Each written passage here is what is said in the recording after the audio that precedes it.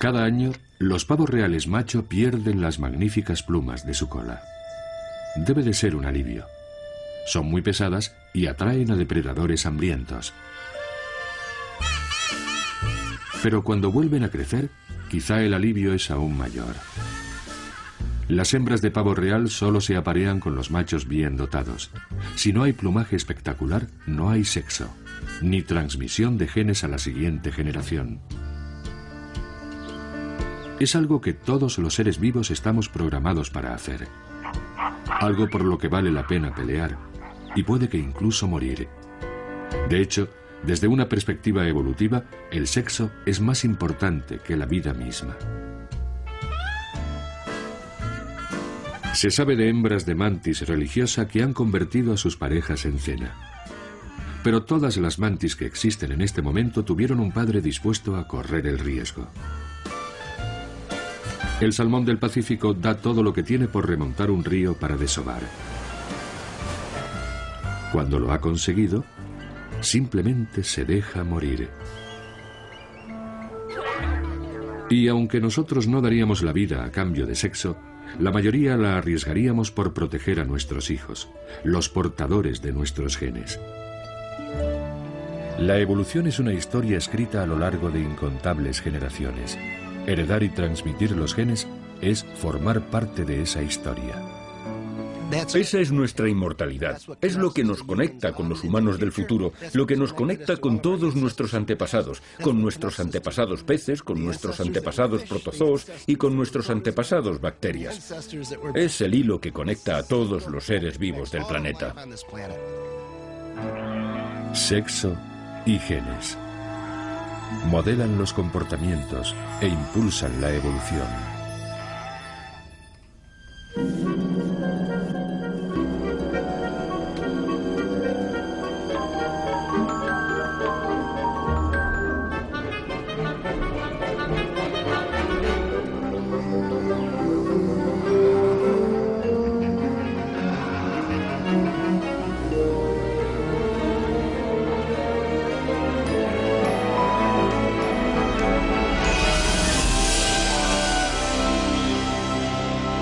Evolución. ¿Por qué el sexo?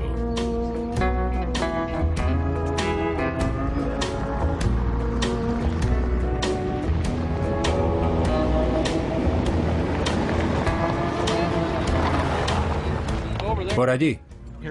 Aquí en el sureste de Texas, los rodeos son una parte importante de nuestra historia. Hacemos rodeos de ganado. Últimamente incluso hay rodeos de serpientes de cascabel.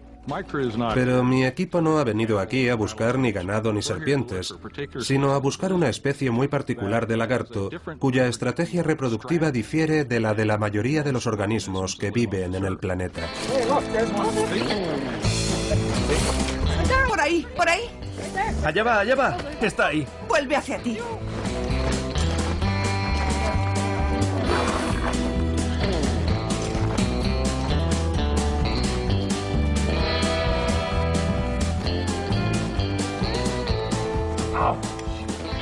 Jerry Johnson y sus alumnos están estudiando una especie formada solo por hembras que tienen crías sin haberse apareado.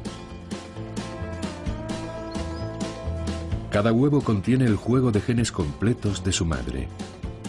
Se desarrolla y crece sin ninguna contribución de un macho. Así pues, cada cría es una copia exacta, un clon de su madre. Hay quien piensa que deben tener algún tipo de comportamiento lesbiano en el que una hembra monta a otra para que se desarrollen los huevos.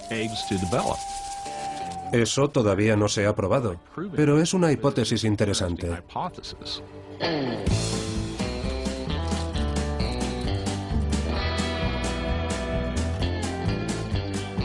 Al margen de cómo lo consigan, estos lagartos han dominado el arte de la clonación, lo que plantea un interrogante fundamental.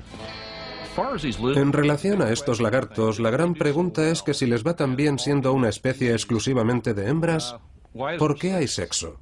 ¿Realmente son necesarios los machos? Inmersos como estamos en una cultura que ensalza el valor del macho, su elegancia, su seguridad, su pasión, cuestionarse la necesidad de los machos no es habitual. Los hombres casi nunca lo hacen, y cuando lo hacen las mujeres, a menudo es por despecho. La mayor parte del tiempo nos basta con decir «Vive la différence» y seguir a lo nuestro. Pero para los biólogos evolucionistas es una pregunta muy real. Dada la eficacia de la clonación, ¿por qué iba ninguna hembra a pasar voluntariamente por las complicaciones de la reproducción sexual? Para empezar, los machos no pueden parir o ahobar, y tampoco suelen compartir la responsabilidad de la cría. Y además está el hecho de que la madre solo puede transmitir el 50% de sus genes, por no mencionar todo el tiempo, energía y molestias que suponen el cortejo y el apareamiento.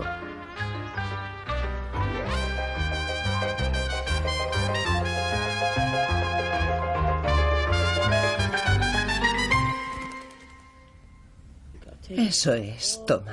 Y sin embargo, prácticamente todas las nuevas vidas que aparecen en el planeta son el resultado de la reproducción sexual y no de la clonación asexual. Te lo tienes que tomar. Te harás grande y fuerte. De modo que los machos tienen que desempeñar un papel fundamental y el sexo debe tener alguna ventaja.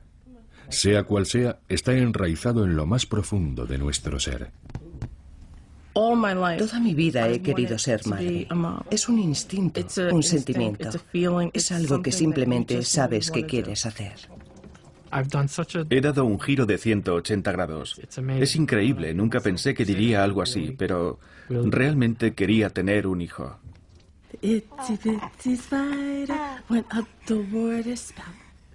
Durante 7 años, y pasando por múltiples operaciones y tantas pruebas y procedimientos que los dos han perdido la cuenta, Sharon y Joseph persiguieron su sueño de ser padres. Realmente Sharon deseaba tener hijos, y no queríamos renunciar sin explorar todas las posibilidades y todas las formas de intentarlo. Y hay muchas formas diferentes. Yo no tenía ni idea de lo que puede hacer la ciencia hoy en día. La verdad es que he aprendido mucho con todo esto. Naya es lo mejor que me ha pasado en mi vida. Ahora no puedo ni imaginarme la vida sin Naya. Creo que tienes hambre. El imperativo biológico, como todos sabemos, es transmitir los genes.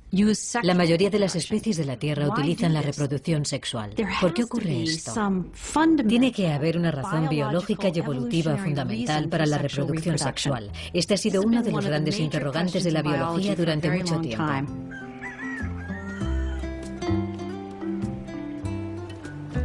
Robert Brainhock lleva 25 años viniendo a las remotas colinas de Sonora, México, con la esperanza de encontrar una respuesta a ese antiguo misterio.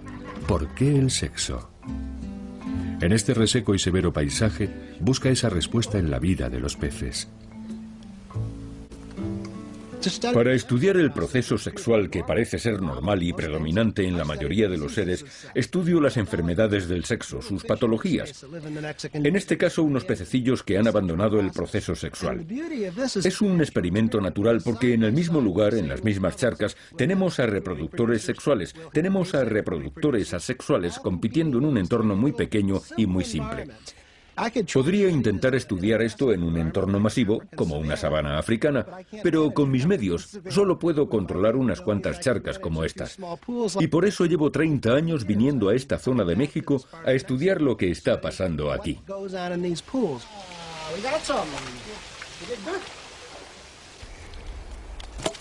Aquí hay una buena muestra. Mira lo negros que son estos peces. Vaya, y mira el pigmento que tienen.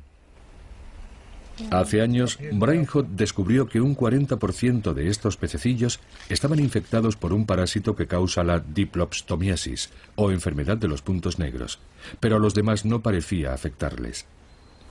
Cuando los llevamos al laboratorio y empezamos a observarlos, pensamos, esto sí que es curioso. Los reproductores asexuales tenían una cantidad mucho mayor de parásitos que los reproductores sexuales. Pero ¿por qué les atacaban más los parásitos a ellos? Porque todos estaban expuestos por igual a los parásitos en el agua. No parecía haber ninguna razón para que los diferentes tipos de peces tuvieran una cantidad de parásitos diferente, a menos que fuera algo fundamentalmente relacionado con que unos fueran asexuales y otros sexuales. ¿Y entonces? Lo único que podía hacer era seguir caminando, tomando muestras y pensando. Mira esto. Finalmente cayó en la cuenta. Tenía delante una demostración del valor de los machos en el mundo real. Algo que sugería una hipótesis evolutiva bautizada como teoría de la reina roja. La reina roja es una idea muy interesante. Es una de las grandes ideas evolutivas desde Darwin y se le ocurrió a un científico maravilloso, Leigh Van Valen, que se preguntó, ¿se detiene la evolución cuando los seres se han adaptado al entorno a la perfección? Y respondió, claro que no. La evolución es una carrera y se parece mucho a la carrera que hacen Alicia y la Reina Roja. En el cuento, Alicia dice, por más deprisa que corramos, nada parece cambiar, seguimos en el mismo sitio. Y la Reina Roja dice, sí, tienes que correr tan deprisa como puedas para poder seguir en el mismo sitio. Vivimos en un mundo complejo, un mundo lleno de parásitos, lleno de virus y bacterias, depredadores, especies competitivas, y todos están evolucionando. Cuando una especie deja de evolucionar para responder a todos esos desafíos y amenazas, está condenada. Los peces clonados habían dejado de evolucionar. Eran una presa fácil, sobre todo para un parásito de vida muy corta y que evolucionaba con gran rapidez. Pero los peces sexuales eran un objetivo en movimiento. Cada uno era una nueva combinación creada a partir de los genes de sus padres. Desde el punto de vista de los parásitos, cada individuo de la población sexual era un desafío único e individual, y eso frenaba la transmisión del parásito entre esa población sexual. Esa era la respuesta al misterio del sexo, que es la mejor defensa frente a enemigos que evolucionan muy deprisa. O eso parecía, hasta que una prolongada sequía hizo desaparecer las charcas matando a los pececillos y poniendo en cuestión toda la teoría. Con el tiempo volvió el agua y también los pececillos, que habían ido ascendiendo lentamente monte arriba de charca en charca. Cuando Brainhot examinó la más alta, hizo un desconcertante descubrimiento. Ahora los parásitos estaban diezmando a los reproductores sexuales, y a los clones les iba bastante bien. Esto contradecía radicalmente todo lo que habíamos visto hasta entonces. Todo se había vuelto del revés. Estaba pasando algo misterioso y era una oportunidad para hacer ciencia. La naturaleza nos había planteado un experimento. Teníamos que descubrir qué había cambiado. Recogimos peces, los examinamos y descubrimos que la especie sexual, en el proceso de la recolonización, había perdido la variedad genética. Se había vuelto endogámica. Los análisis revelaron que los peces sexuales ahora eran como clones. Eran similares unos a otros genéticamente, y dado que eran muchos más que los clones verdaderos, se habían convertido en el nuevo objetivo de los parásitos. Como prueba final, Brainhot realizó un experimento muy simple. Me fui río abajo a una charca en la que los peces todavía tenían diversidad genética y recogí unos cuantos. Los metí en mi cubo, fui montaña arriba y los tiré en la charca donde los peces sexuales habían perdido la variación. Un año más tarde el resultado era maravilloso. La carga de parásitos de los peces sexuales había descendido a los niveles que tenían en el pasado. Y los asexuales volvían a ser el principal objetivo de los parásitos. Y cuando examinamos a los peces sexuales, vimos que habíamos conseguido trasplantar la variación genética a aquella charca. De modo que esa es la clave. El sexo genera variedad en la descendencia, y cuando se le quita eso a un reproductor sexual, forzándolo a la endogamia o a la clonación, se pierde el principal beneficio del sexo. Es la diversidad en la descendencia la que presenta desafíos a todo lo que la rodea. Desafía a los parásitos, a los virus, a los competidores.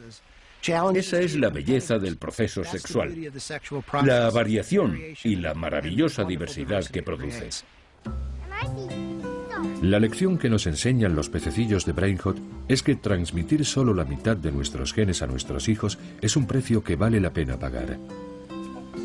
El sexo genera variedad, y eso incrementa las probabilidades de supervivencia de una especie en un mundo dominado por la competición constante.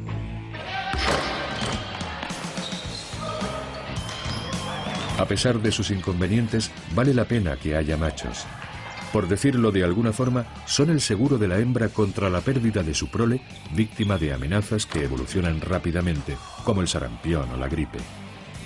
Si bien la razón de que exista el sexo ya no resulta tan misteriosa, sus orígenes siguen siendo objeto de especulación.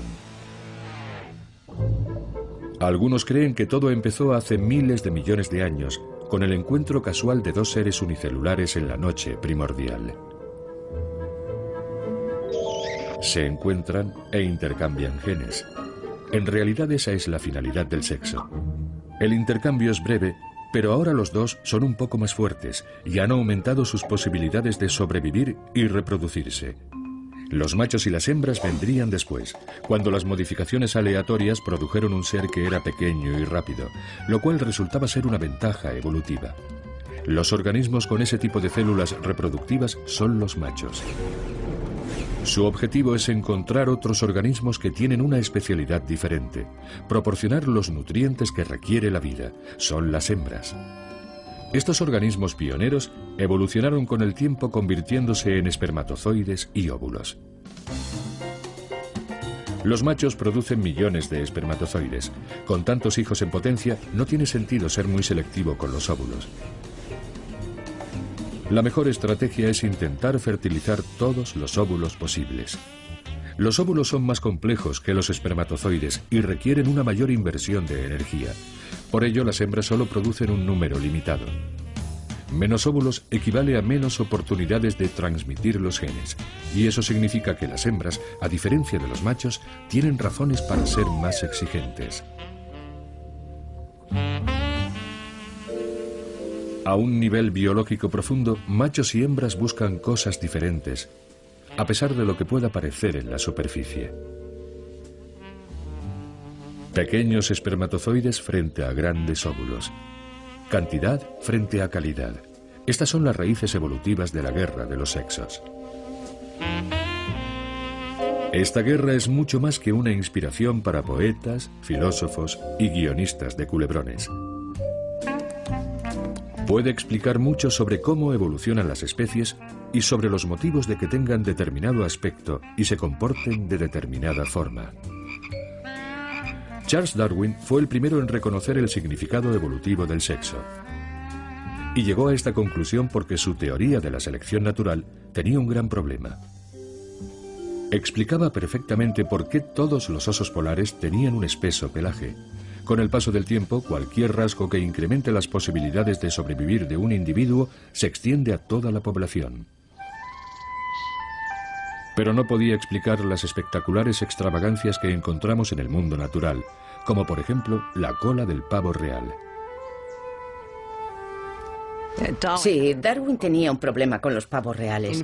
De hecho, en una ocasión dijo, la visión de un pavo real me da ganas de vomitar, porque no comprendía cómo había evolucionado aquello. Una reacción algo extrema, quizás, pero es difícil ver la cola de un pavo real como otra cosa que un impedimento para la supervivencia. Es pesada. Es difícil de transportar. Requiere mucha energía hacerla crecer. Llama la atención y sobre todo es un gran estorbo para un animal si tiene que huir de un depredador.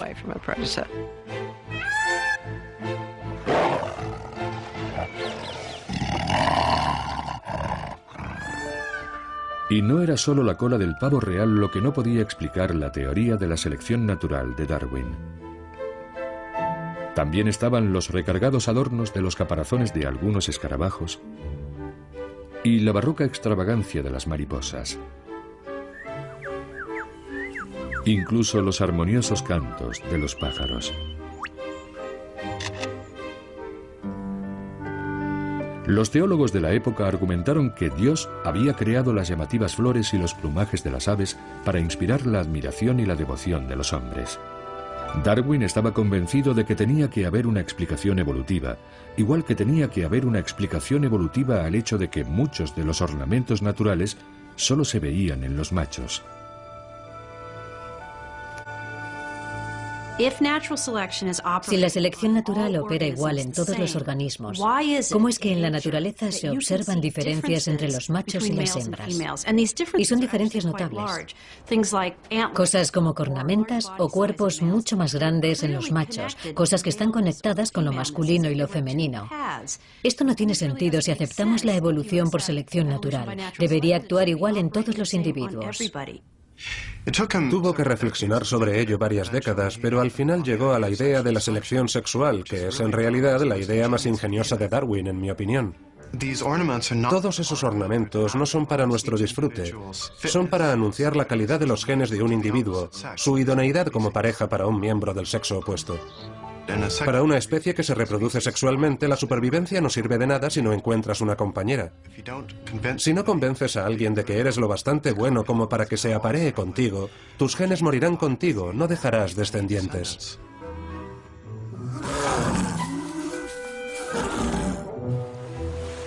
Darwin diferenció dos estrategias vigentes en las idiosincrasias del cortejo en las diferentes especies. La del macho es la competición. La de la hembra es la elección. Los machos luchan por el acceso a las hembras, o por el control sobre ellas o sobre algún recurso que ellas necesiten, como puede ser la comida o un territorio. A veces esta competición puede ser muy violenta. Pero otras veces, los machos de una especie siguen el camino personificado por John Travolta en Fiebre del sábado noche. El camino del pavo real, la seducción a través de la ostentación sexual. Y aquí es donde entra la elección femenina. La elección femenina es esa parte de la selección sexual en la que las hembras escogen a unos machos en particular y no a otros. Es comprensible que la hembra, que invierte más por huevo, por cría, sea muy exigente sobre con quién procrea, con quién combina sus genes. Mientras que es comprensible que al macho, cuya inversión es mínima, le importe mucho menos. A los contemporáneos de Darwin les parecía muy bien la competición entre machos, pero que las hembras dirigiesen la evolución activamente mediante la selección de sus parejas, eso ya era demasiado. Este era el aspecto de la selección sexual que más problemas causaba a la sociedad victoriana. No podían imaginar que simples cerebros femeninos estuvieran dando forma a algo tan grande e importante como la evolución misma. En aquellos tiempos las mujeres no tenían ningún poder de elección. Los hombres decidían con quién se casaban, por ejemplo, y las mujeres realmente no tenían mucho que decir al respecto. Tan radical era la idea de la elección femenina que pasó más de un siglo antes de que alguien la pusiera a prueba. Los experimentos de Marion Petrie con pavos reales fueron de los primeros. De acuerdo con la teoría de la selección sexual, a los pavos reales les crece la cola porque las hembras le prestan atención, y las hembras le prestan atención porque solo un macho sano y fuerte puede permitírsela. Sí, tiene una cola preciosa. Para probarlo, Petrie midió la longitud de las colas de una población cautiva de pavos reales. Tiene 145. A continuación, registró meticulosamente a qué machos elegían las hembras a lo largo de toda una temporada de apareamiento. Los datos no dejaban margen de duda. Para las hembras de pavo real, el tamaño importa. A continuación, Petrie probó a reducir el número de ojos de algunas colas, por lo demás bastante voluminosas. El resultado fue una temporada de apareamiento bastante solitaria para los machos que habían sufrido los recortes. Por último, Petrie estuvo haciendo de casamentera. Emparejamos a unas hembras con machos de grandes colas y a otras con machos de colas pequeñas. Y después comprobamos qué relación tenía el tamaño de la cola del macho con la descendencia de unas y otras. Y lo que descubrimos fue que los polluelos de las hembras que se habían apareado con machos de cola grande sobrevivían mucho mejor. La paternidad sí que importa. Los pavos reales son un caso clásico de evolución mediante selección sexual. Los machos compiten por la posibilidad de aparearse y las hembras buscan los mejores genes. Cuando las hembras eligen un rasgo que es un fiel indicador de la calidad de los genes, ese rasgo se va extendiendo a toda la población a lo largo de generaciones. Y puede llegar hasta la exageración. Todo ello es consecuencia lógica de las diferentes estrategias reproductivas de los machos, que producen un gran número de espermatozoides, y las hembras, que tienen un número limitado de óvulos. Pero el objetivo no es solamente la reproducción. Las crías tienen que sobrevivir el tiempo suficiente para reproducirse ellas también, y a veces eso requiere prestar tanta atención a los rasgos del comportamiento como a los físicos. Lizzie, it's lonely as dying out there. Will you come with me? En el clásico de Hollywood El farsante, la lucha interior de Katharine Hepburn para elegir entre el sensual y chispeante Burt Lancaster y el fiable Wendell Corey refleja un profundo dilema biológico. Para algunas especies, las probabilidades de sobrevivir de las crías aumentan si la hembra elige a un macho que se quede a su lado, antes que al portador de los mejores genes.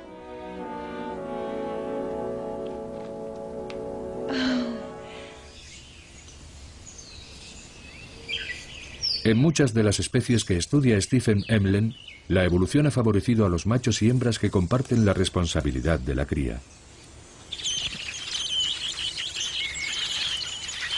Entre los pájaros cantores, si un macho es un mal padre y abandona a su descendencia, los polluelos morirán, y entonces sus genes no pasarán a la siguiente generación, porque la hembra sola no puede hacerlo.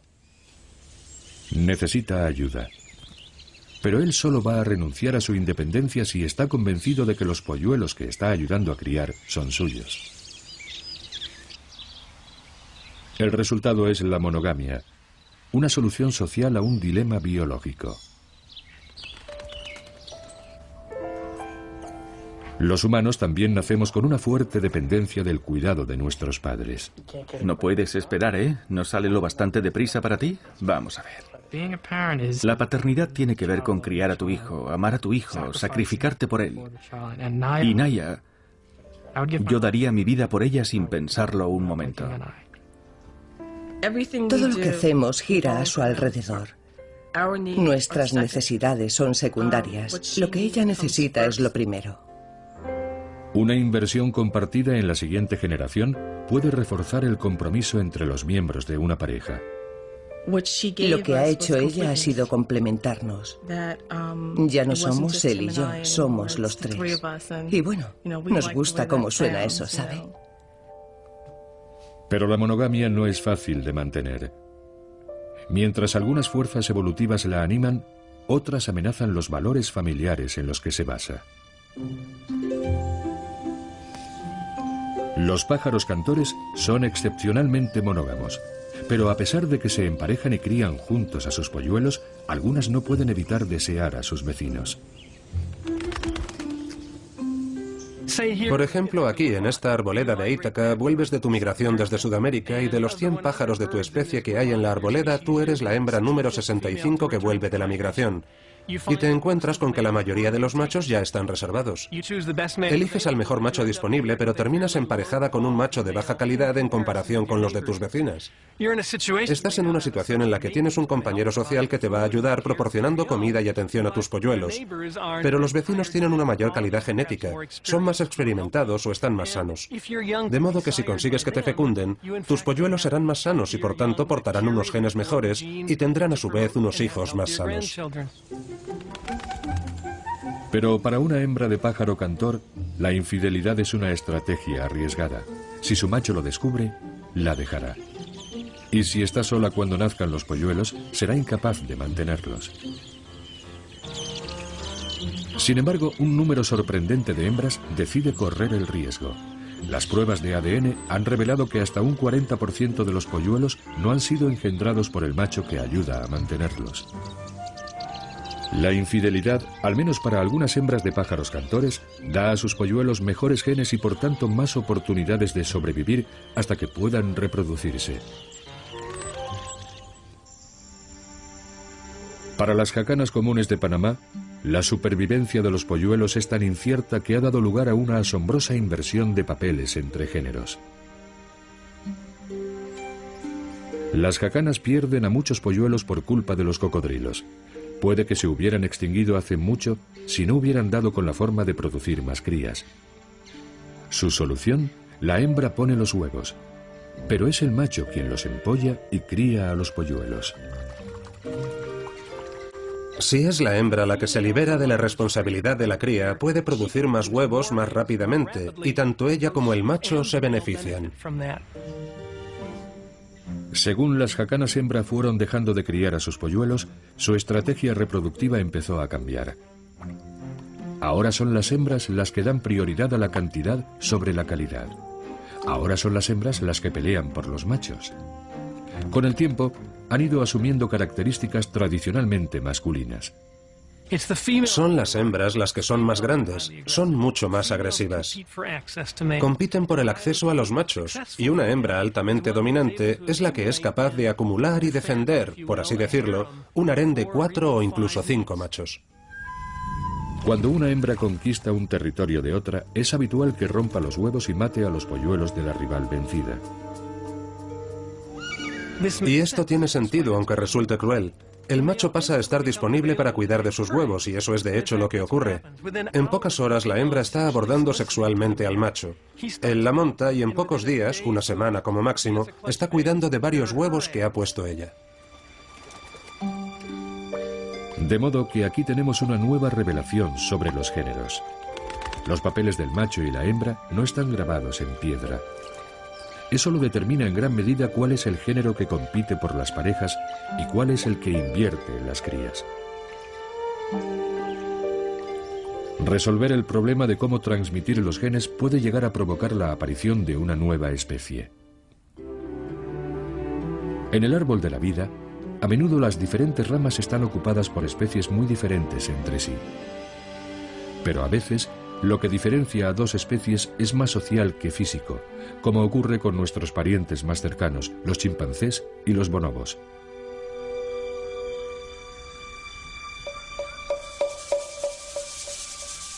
Los chimpancés y los bonobos viven en selvas similares de África ecuatorial. Son físicamente muy parecidos, viven en comunidades del mismo tamaño y tienen una dieta similar. Y sin embargo, la violencia es un hecho cotidiano para los chimpancés. Las batallas entre manadas vecinas son frecuentes. También lo es la violencia física contra las hembras por parte de los machos. Los bonobos, en cambio, son esencialmente pacíficos. En cualquier situación, los bonobos están predispuestos a hacer el amor, no la guerra.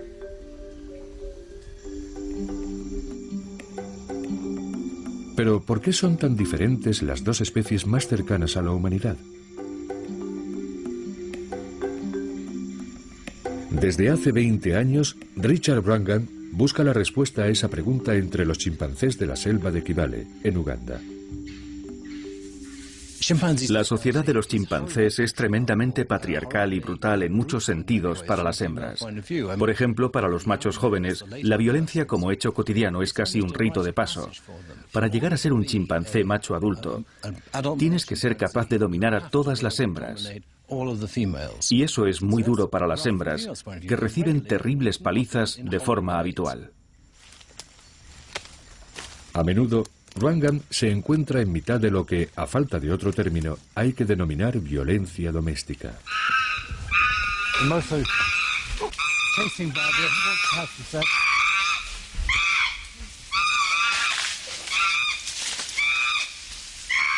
Bárbara es una hembra joven y está muy nerviosa porque el macho dominante se ha acercado a ella buscando sexo. Solo suele aparearse con los jóvenes. Ahí está el macho alfa y mozo. No está acostumbrado a que le rechacen. Y ahora va detrás de Tongo. Y con la erección que tiene, está empeñado en aparearse con Tongo, que ha conseguido escapar. Los chimpancés hembra no son los únicos que corren peligro. Los primatólogos creen que el infanticidio es un factor determinante en la evolución de la sexualidad de los chimpancés. Como respuesta ante este peligro, las hembras intentan copular con todos los machos de la manada. La lógica macabra del infanticidio se rompe si todos los machos piensan que la cría puede ser suya. Las hembras intentan aparearse con muchos machos diferentes, por lo que la evolución ha favorecido que los machos tengan esos testículos tremendos y esos grandes túbulos seminíferos para almacenar el semen y producir un número enorme de espermatozoides, alrededor de 5 veces más que los humanos. Y es un semen de gran calidad comparado con el semen humano. La cita clásica es la del veterinario que ve una muestra de semen humano y dice: si esto fuera de un toro le pegaría un tiro. Pero los chimpancés tienen un semen de gran calidad y pueden copular 5 o más veces al día, aunque el intercambio no dura más de 7 segundos. No es sexo por placer según el estándar humano. Los bonobos, por otra parte, parecen encontrar el sexo profundamente placentero. Desde hace una década, Amy Paris ha estado observando el comportamiento de los bonobos en el Parque de Animales Salvajes de San Diego. Y los ha visto hacerlo de todas las formas imaginables.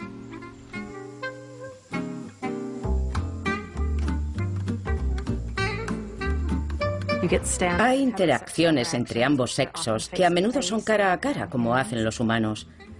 También se ve lo que llamamos apareamiento ventral en vertical, en el que macho y hembra copulan suspendidos de un árbol. Los machos practican el sexo con otros machos en lo que llamamos frotamiento de traseros. Los dos están de pie y se frotan los escrotos. También los machos practican lo que llamamos esgrima de penes, que consiste en que los machos se cuelgan de una rama con los brazos y se frotan los penes erectos. Y hay un comportamiento muy interesante en el que dos hembras se frotan los genitales hinchados de lado a lado y rápidamente. ¿Pero qué ha permitido a los bonobos hembra establecer una relación tan pacífica con los machos? Paris cree que la respuesta es la solidaridad femenina. Fortaleciendo los lazos que las unen y reduciendo la tensión, las hembras son capaces de formar alianzas que les permiten dominar a los machos. Y esto modifica el equilibrio de poder y la dinámica social del grupo, haciendo que sea radicalmente diferente de la de los chimpancés. ¿Y por qué han desarrollado esta estrategia los bonobos hembra y en cambio los chimpancés hembra no? Parece que un cambio relativamente simple en la ecología alimentaria es el responsable de esta espectacular diferencia en el comportamiento sexual. Los bonobos viven en un entorno en el que hay hierba mucho más habitualmente en el suelo. Y hay chimpancés que viven en áreas de selva similares, pero esas áreas, además de por ellos, también están ocupadas por gorilas. Los gorilas acaparan la comida que hay en el suelo, con lo que los chimpancés dependen en gran medida de los árboles frutales. Para conseguir la comida que necesitan, las hembras de chimpancé comen en solitario. Las madres con sus crías, que pueden tener entre 1 y 5 años, no pueden moverse con tanta rapidez como los machos. Si una cría está jugando en una rama y otras están mordisqueando algo tranquilamente, la madre tiene que esperarlas. Así que los machos llegan a donde abunda la comida mucho antes, y para cuando llegan las madres ya se lo han comido todo. Las madres se alejan unas de otras y de los machos, y no tienen apenas oportunidades de estrechar lazos entre ellas. El simple hecho de que hubiera comida disponible en el suelo parece haber sido la fuerza que impulsó la evolución de los bonobos. Brangan cree que el catalizador fue una prolongada sequía que se produjo hace 2 millones de años en lo que actualmente es Zaire. Las plantas y los gorilas, que dependían de ellas, murieron. También fue duro para los chimpancés, pero ellos podían vivir de la fruta de los árboles. Cuando regresaron las lluvias y las plantas, los gorilas habían desaparecido y los chimpancés tuvieron acceso a la comida que había en el suelo. Con el tiempo, evolucionaron convirtiéndose en los bonobos. Se ha sugerido que la misma sequía pudo obligar a nuestros antepasados a abandonar las selvas de África Oriental y bajar a las llanuras. Y una vez que se produjo la sequía en una zona de sabana, las condiciones debieron de volverse muy duras. Era imposible que los humanos primitivos viajaran en grupos como hacen los bonobos, y por tanto que las hembras formaran alianzas y dominaran a los machos como ocurre con los bonobos. Pero si el clima y la alimentación hubieran sido ligeramente distintos, podríamos haber evolucionado hasta ser una especie totalmente diferente, más pacífica, menos violenta, más sexual. Actualmente esta teoría es poco más que una interesante hipótesis. Sin embargo, la idea en la que se basa concuerda con una creciente pero controvertida rama del pensamiento científico, que afirma que en gran medida el comportamiento humano actual está enraizado en nuestro pasado lejano. Hay un nuevo grupo de científicos llamados psicólogos evolutivos que se interesan por la influencia que ha podido tener la historia evolutiva humana en nuestra forma de pensar actual. Estamos hablando de 4 millones de años de historia evolutiva, la mayor parte de los cuales pasamos vagando por las llanuras y selvas de África. ¿Cómo afecta eso a la forma en que operamos hoy en día? Han estado investigando cosas como la elección de pareja, los diferentes estándares de belleza, el intercambio social. Y están muy lejos de poder probar algunas de sus ideas. Pero son las cuestiones más interesantes y provocativas que están sobre la mesa ahora mismo. Los psicólogos evolutivos empezaron señalando que al margen de la cultura en la que hubiéramos crecido, todos tendemos a responder de la misma forma a una sorprendente variedad de cosas. A la mayoría de nosotros, las arañas nos resultan desagradables, algunos tipos de cuerpo atractivos y determinados olores nos repugnan. Todos estos rasgos, dicen, son huellas de nuestro pasado evolutivo. ¿Los huevos podridos huelen mal? Solo es una molécula, es gas de ácido sulfídrico, no tiene olor. Nuestro cerebro ha generado una sensación negativa para algo que es perjudicial para nuestra supervivencia genética, porque indica contaminación biológica. Para un escarabajo pelotero, el olor a huevos podridos es maravilloso, porque el olor no reside en la molécula, sino que reside en el cerebro evolucionado.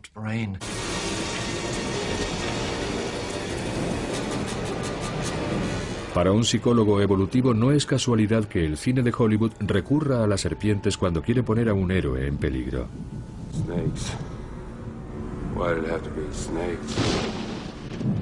Las serpientes venenosas no suelen aparecer en nuestra vida real. Sin embargo, la mayoría de nosotros comparte el miedo instintivo de Indiana Jones. Otro instinto profundamente enraizado que podemos haber heredado de nuestros antepasados es la capacidad de oler a una pareja genéticamente compatible. En un curioso experimento, los científicos pidieron a varios jóvenes que durmieran con la misma camiseta un par de noches hasta que ésta se impregnara con su olor personal. Cuando se pidió a diferentes mujeres que puntuaran el atractivo sexual de los diferentes hombres basándose solo en el olor de las camisetas, sistemáticamente daban puntuaciones más altas a las camisetas de hombres cuyos genes relacionados con la inmunidad eran diferentes a los suyos. Desde un punto de vista evolutivo, esto tiene sentido. Elegir a una pareja cuyos genes determinantes de la inmunidad son diferentes da a los hijos una mayor protección contra virus, parásitos y otros agentes patógenos. La capacidad de oler los genes más adecuados es un talento notable, pero como la mayoría de los instintos, no sabemos cuándo está actuando. Simplemente nos gusta cómo huele alguien, o su aspecto, o quizá que nos hace reír. La gente no tiene relaciones sexuales porque quiera perpetuar sus genes. No nos gusta alguien porque queramos combinar mejor nuestros genes. La gente practica el sexo porque le hace sentirse bien. No relacionamos esas sensaciones agradables con la supervivencia de los genes. Hacemos cosas porque nos resultan agradables y nunca pensamos, ¿por qué esto me resulta agradable? ¿Por qué hemos desarrollado un cerebro que hace que ciertas cosas nos desagraden y otras nos hagan sentirnos bien? Eso es lo que estamos investigando. Como muchos hombres, Victor Johnston pasa todo el tiempo que puede mirando a mujeres atractivas. Pero Johnston lo hace con un fin académico, como parte de su investigación para entender las raíces evolutivas de la belleza. No hay que olvidar que la belleza es un poco como el azúcar. En un mundo de cazadores y recolectores, la principal fuente de azúcar era la fruta madura. Si te gustaba el sabor del azúcar, tenías una dieta muy nutritiva. Y ahora que hemos separado el azúcar del nutriente, el azúcar nos está matando, es malo para nosotros, y sin embargo nos sigue encantando. La belleza puede ser algo parecido. La belleza solo es una configuración de rasgos faciales que nos parece atractiva. Son una serie de rasgos que nos dicen algo biológicamente importante. A los hombres les gustan los labios carnosos, y eso se debe a un alto nivel de estrógenos durante la pubertad. También les gustan las mujeres con una mandíbula pequeña y más bien estrecha, y eso indica un bajo nivel de testosterona. Y esa combinación de estrógenos altos y baja testosterona está relacionada con la fertilidad. En un mundo de cazadores y recolectores era importante detectar esos detalles. Pero en el mundo actual tenemos medicamentos para la fertilidad y anticonceptivos. Ya no es tan importante, pero sigue afectando a nuestro comportamiento. La siguiente cara que quiero que busques, Sara, es la que te parece más atractiva en un hombre. ¿El hombre más atractivo? Sí, el hombre más atractivo dentro de este abanico de caras. Para estudiar las preferencias faciales, Johnston ha diseñado un programa informático que pasa sin interrupción desde un rostro de mujer sensual y fértil al de un hombre marcadamente viril. Ese tío parece que acaba de salir de la cárcel. Ya no es muy popular. Sí, no será muy popular. Quiero que selecciones al mejor hombre para una relación a corto plazo. A corto plazo, vale. Un fin de semana secreto. Tendería a ser alguien más masculino. Algo parecido a esto. Para una relación a corto plazo quieren a alguien que tenga muchos marcadores de testosterona en la cara, comparado con el que elegirían para una relación a largo plazo. Cuando una mujer busca una relación a corto plazo, lo que busca son características más masculinas. Pero no ocurre lo mismo cuando busca a una persona más suave, más afectuosa, para una relación a largo plazo. Quizá alguien que sea un poco más protector, que me ayude, que nos cuide. Johnston ha hecho estas pruebas con las mismas personas más de una vez, y la sorpresa fue que a veces daban diferentes respuestas en diferentes días. ¿Cuándo tuviste tu última regla? Resultó que cuando las mujeres están ovulando y las posibilidades de embarazo son más altas, hay un cambio consistente en lo que les resulta atractivo. Se inclinan más hacia un aspecto más masculino. Quiero a alguien de mi edad. Igual que les ocurre a los pájaros cantores, entonces es cuando el atractivo inconsciente de esos buenos genes es más fuerte. Ese. De todas las teorías de la psicología evolutiva, ninguna es tan radical como la de Geoffrey Miller. Él cree que el cerebro humano, como la magnífica cola del pavo real, es una extravagancia que evolucionó, al menos en parte, para ayudarnos a atraer a miembros del sexo opuesto y transmitir nuestros genes. El cerebro humano es el sistema más complejo que existe en el universo conocido. Sobrepasa con mucho lo que parece que podríamos necesitar para sobrevivir en las llanuras de África. De hecho, el cerebro humano parece tan excesivo que a mucha gente que cree en la evolución aplicada a las plantas y a los animales, le cuesta imaginar cómo la selección natural pudo producir el cerebro humano.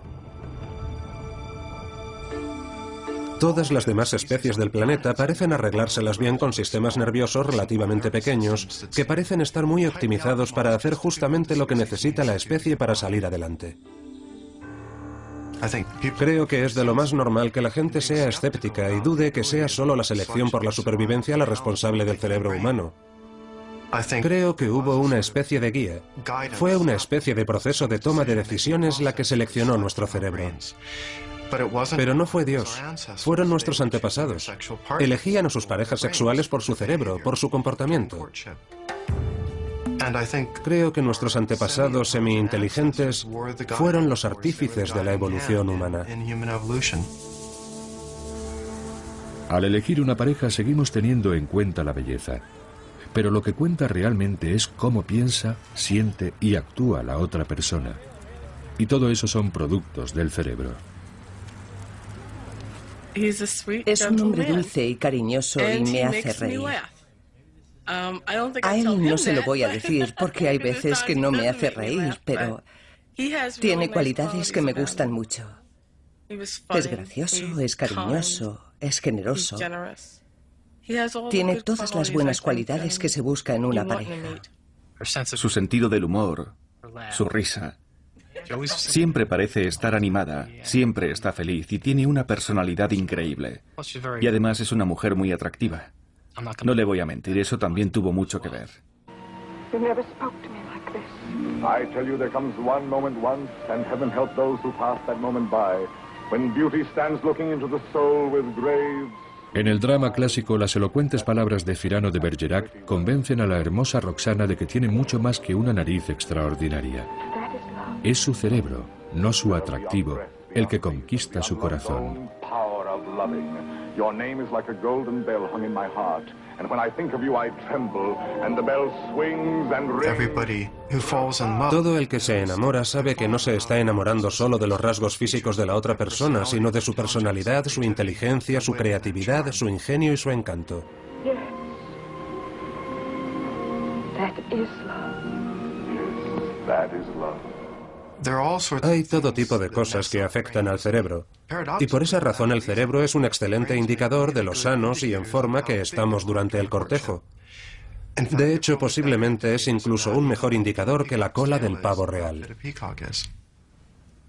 La idea de Geoffrey Miller de que la selección sexual fue la que impulsó el desarrollo de un cerebro más grande es realmente interesante, porque no es la historia de siempre del uso de las herramientas, el lenguaje, la cultura. Es algo totalmente diferente, aunque tengo algunas dudas sobre cuál es el papel de la hembra en todo esto. Pero aún así es una idea muy intrigante y podría tener razón.